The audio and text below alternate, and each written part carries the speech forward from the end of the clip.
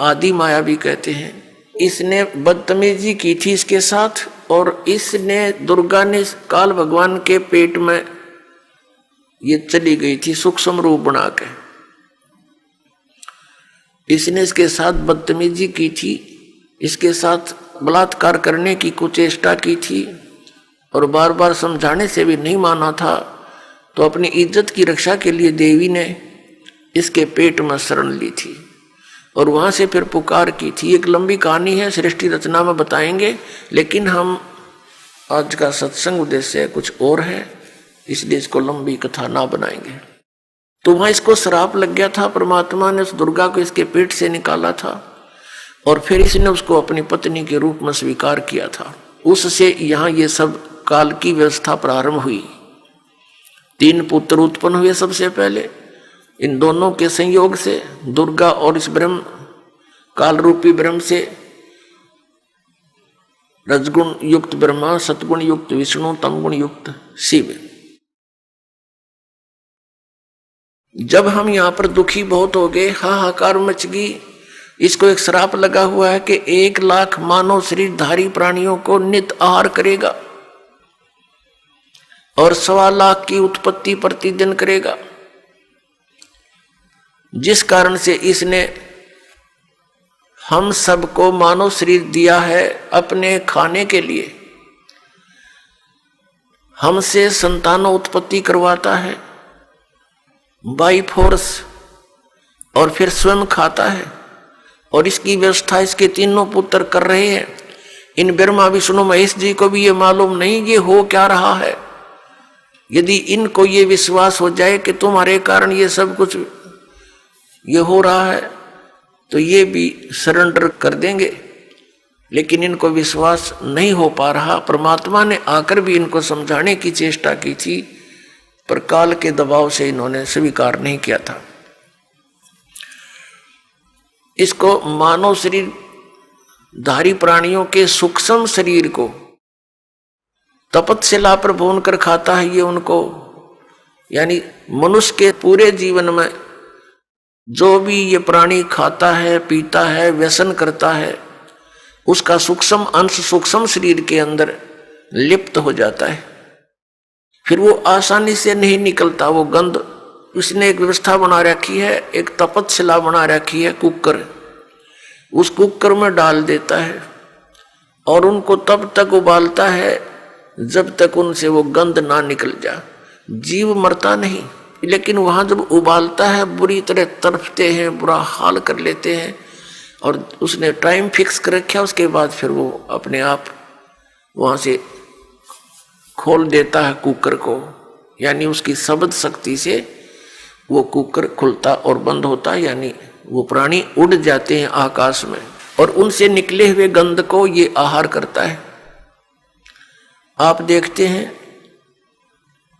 किसी भी समाज यानी धर्म को देखिएगा, मनुष्य का जो आहार है वो कितना उत्तम दे रखा है। यहाँ पर गेहूं है, चावल है, घी है, शक्कर है, बूरा है, दूध है, दही है, काजू, किस्मत, सेब, संतरे, मेवा है, फल है, कितने सुंदर। इन सब को त्याग के मांस खाना प्रारंभ कर देता है। इनको सबको त्याग के ये हुक्का बीड़ी बना लिए ठूठे, इनको पीता है। बताइए क्यों पीता है? क्योंकि ये काल मन रूप में सब में विद्वान हो गया, और इसने ही ये सब क्रियाएं करवानी है ताकि इसका चटपटा आहार बने, और जिससे इसका जो भोजन है वो स्वादिष्ट बन जावे। हमें वह भून कर खाता है, जीव मरता नहीं। अब यहां आपके मन में एक शंका उत्पन्न होगी कि भाई इसको श्राप दिया किसने? हमारे पिता ने, परम पिता ने, सतपुरुष ने, कबीर देव ने। तो फिर यहां भी शंका उत्पन्न होगी, क्योंकि अभी तक ये तत्व ज्ञान आपने सुना नहीं। बाकी जो ज्ञान आपने परंपरागत सुने हैं उनमें आपको कोई डाउट रहा नहीं, चाहे वो कैसे भी हो। और ये नया ज्ञान सुनते हैं तो ढेर सारी शंकाएं मन में उत्पन्न हो जाती हैं, स्वाभाविक है। अब आपके मन में ये आवेगा कि तो फिर भगवान ने इसको श्राप दे ही दिया वो श्राप ही नहीं देना चाहिए था। पुण्यात्माओं, आप देखते हैं 84 लाख प्रकार की योनियां, कीटाणु, ये जीव जंतु, पशु पक्षी, इसने योनियां बना रखी हैं। यदि परमात्मा इसको ये श्राप नहीं देता तो ये मानव शरीर नहीं देता आपको, और मानव शरीर नहीं देता तो आप कभी भी स्वदेश नहीं जा सकते थे। अब मानव शरीर का इसलिए इसको श्राप देना पड़ा कि ये मनुष्य शरीर पाओगे तो इनको मैं अपने निज घर की जानकारी, खबर पहुंचा सकता हूं, और ये तो दुख पावेंगे क्योंकि इन्हें गलती कर दी, इस नालायक के साथ चले गए, कुत्ते बन के, गधे बन के, सुअर बन के, कैसी दुर्गति हमारी हो रही है। तो पुण्यात्माओं, परमात्मा का जो ये अध्यात्म ज्ञान है ये बिल्कुल सत्य है। इस सत्य में आपको अविश्वास ना होना चाहिए। अविश्वास की जो ना गुंजाइश दास छोड़ेगा नहीं। यदि आप धैर्य पूर्वक इन सत्संगों को, दास के वचनों को, जो गॉड गिवन है, परमात्मा के दिए हुए परम अक्षर ब्रह्म के, सतपुरुष के, वो आपको सुनाता हूं। ये किसी डूम भाट के गीत दास नहीं सुनाता, उस परमात्मा का दिया हुआ ज्ञान आपके रूबरू और सभी सदग्रंथों से मेल करके आपके समक्ष प्रमाणित करता हूं। और फिर आपको कुछ दिनों के बाद कति संशय नहीं रहेगी। प्रारंभ में तो संशय होती ही होती है, इन संशयों में ही आप सुनते ही रहिए इस ज्ञान को। इन्हीं से, इस सुनने से, इस सत्संग के सुनने से आपके संशय नाश हो जाएंगे, बिल्कुल संशय नहीं रहेगा। तो कहने का भाव ये दास का है कि पहले हमारा कोई मजहब नहीं था, अब ये इतने धर्म बन गए।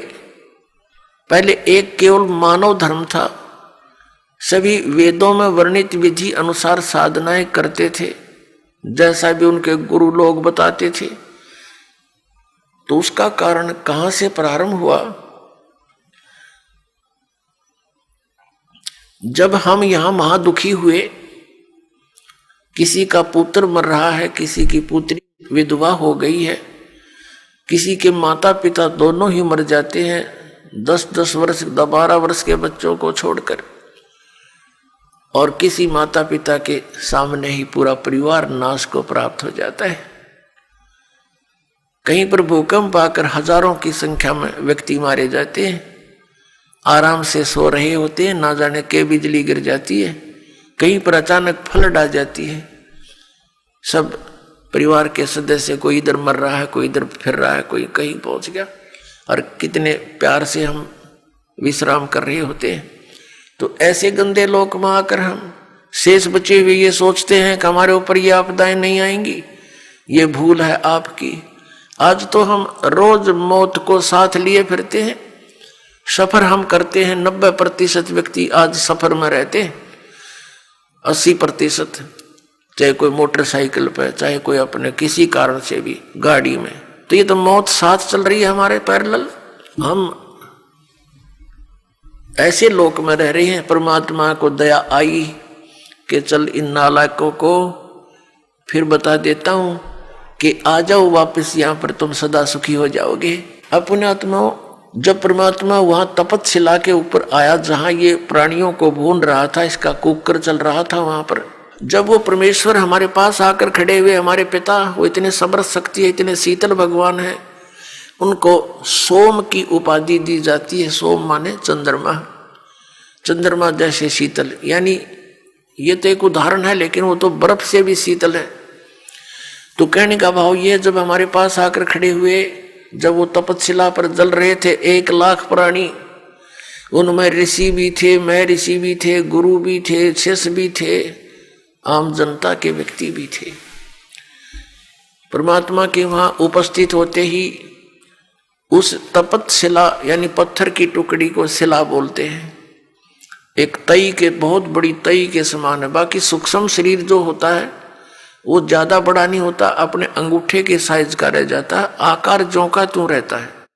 जिस भी शरीर से आप निकल कर गए हो, जब तक आपको दूसरे शरीर में नहीं डाल देता, नहीं आपका दूसरा शरीर नहीं मिलता तब तक आपका वैसा ही शरीर रहेगा, चाहे आप पितर रूप में रहो, चाहे भूत रूप में रहो, या वैसे भटकते रहो कहीं पर, या स्वर्ग आदि में रहोगे। स्वर्ग के अंदर जाने के बाद फिर आपको नए सिरे से शरीर मिलता है, वहां अलग से शरीर फिर आपका बहुत लंबा चौड़ा और बड़ा बन जाता है।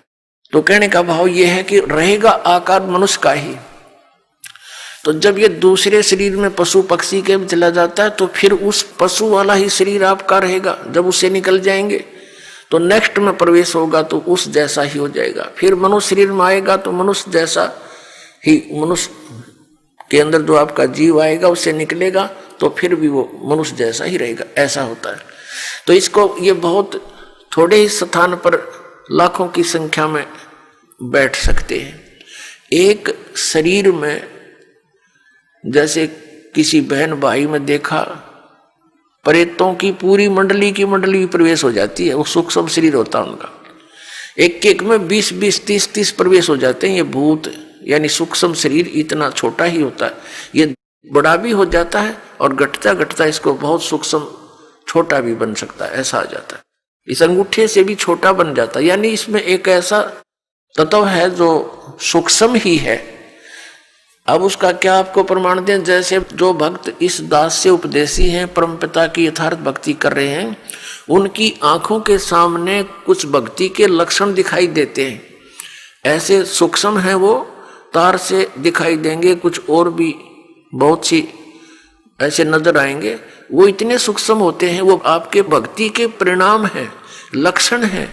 आपकी कितनी भक्ति बढ़ गई है वो उसका वो समझ लो पैमाना है। और वो इतना सूक्ष्म है कि आप जैसे बस में बैठे हो या गाड़ी में बैठे हो अपनी कार में और शीशा बंद हो, उस ग्लास से देख रहे हो तो शीशे के बाहर भी दिखेगा आपको, यानी शीशे को भी पार कर जाता है। और अंदर देखोगे तो यहाँ निकट से निकट भी बहुत छोटा भी हो जाता है। तो इस टाइप का सूक्ष्म शरीर होता है जो यहाँ की दूरबीन सूक्ष्मदर्शी या फोटो कैमरे में नहीं आ सकता। वो सूक्ष्म ऐसा होता है शरीर। तो पुण्यात्माओं, कई भक्त कई बहन भाई चिंतित हो जाते हैं। दास बहुत बार समझाने की चेष्टा करता है, ध्यान रखा करो, एक दूसरे को बता भी दिया करो। अगर कोई इस शंका में हो कि मेरी आंखों के सामने पता नहीं क्या दिखता है, डॉक्टर के पास गया, डॉक्टर कहने लगा ऑपरेशन करवा ले। और डॉक्टरों के पास क्या है, ऑपरेशन करवा ले, वह धुंधला दिखा, धुंधला नहीं दिखता। वो हम देखेंगे ऐसे जैसे कोई मच्छर सा घूम रहा है, कोई मक्खी घूम रही है, ऐसे काले काले से कुछ और तरह के भी।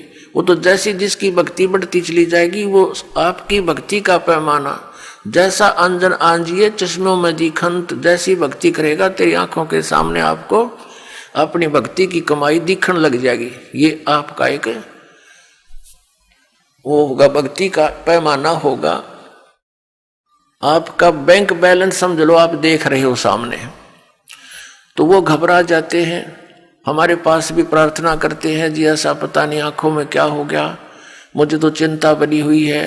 ऐसे देखते हैं पता नहीं क्या दिखाई देता है, सोचते हैं ना देखूं फिर भी दिख जाता है। फिर उनको समझाते हैं कि ये आपकी भक्ति की कमाई दिखाई दे रही है, ये नहीं है तो आपका माइनस आपकी भक्ति, फिर भक्ति चली नहीं आपकी। इसे आपकी भक्ति संग्रह होगा, वो धन वो दिखाई दे रहा है आपको, बाहर है वो अंदर दिखता है, उसका रिफ्लेक्शन बाहर आपको, तो संतुष्ट होते हैं। तो पुण्यात्माओं, ये वो भक्ति है कि आपको आपके समक्ष दिखाई दे रही होती है तो घबराना नहीं होता।